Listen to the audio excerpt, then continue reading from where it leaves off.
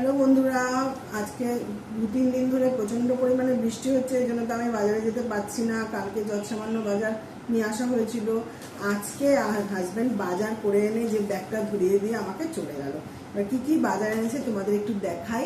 এই দেখো, অ্যানা আর বেবিসদের জন্য তো আমার কুমড়ো লাগেই, এই জন্য এত বড় একটা কুমড়ো, চড়া দাম থাকা সত্ত্বেও এত বড় একটা কুমড়ো, হাফ কুমড়ো নিয়ে চলে এসছে। আর এই যে এখানে হচ্ছে আমরা, মিষ্টি আমরা, অনেকে বিলাতি আমরাও বলে, এই যে সেটা নিয়ে এসছে।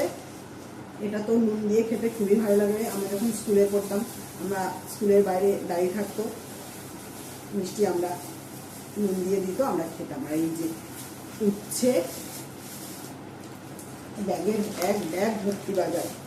আর এই এনাদের জন্যই গাজর, এই যে গাজর, তার সাথে পেয়ারা, পাকা পেয়ারা, আবার একটু ডাঁসা পেয়ারা।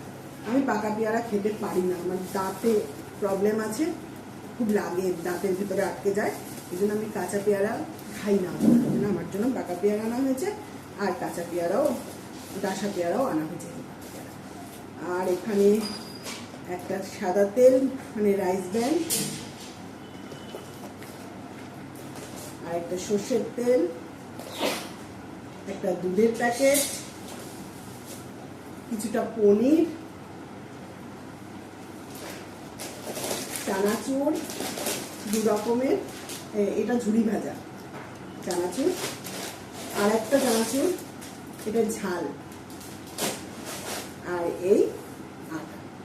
তাহলে আজকে এই পর্যন্তই দেখালাম, বাজারটা পুরো দেখালাম।